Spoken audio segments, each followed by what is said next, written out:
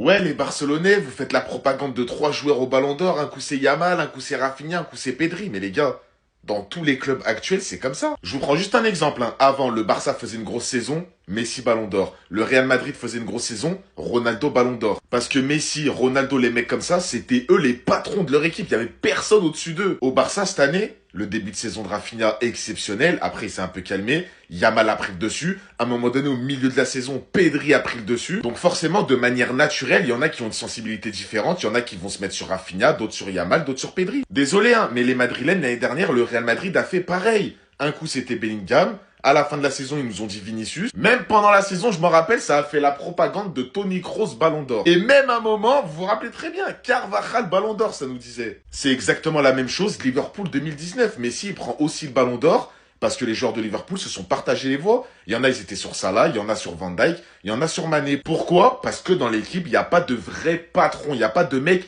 qui est considéré comme le numéro un. Donc ceux qui viennent nous dire, ouais, faut savoir sur qui vous faites la propagande, les gars, c'est pas de notre faute si nos joueurs ils sont trop forts. Cette année, le Barça, individuellement, il y a personne qui parle avec eux. Il y a juste un joueur qui peut nous enlever un Barcelonais Ballon d'Or, c'est Ousmane Dembélé. Mais si tu regardes bien, Rafinha il l'a, c'est mérité, tu peux rien dire. Yamal il l'a, il est largement mérité. Pedri il l'a, c'est mérité. C'est juste que Rafinha, il a eu la grosse saison avec les statistiques. Pedri, il a eu la magie, celui qui nous fait rêver derrière l'écran. Et Yamal, il a eu la hype. La hype et en plus de ça, un phénomène derrière l'écran. Dites-moi ce que vous en pensez en commentaire.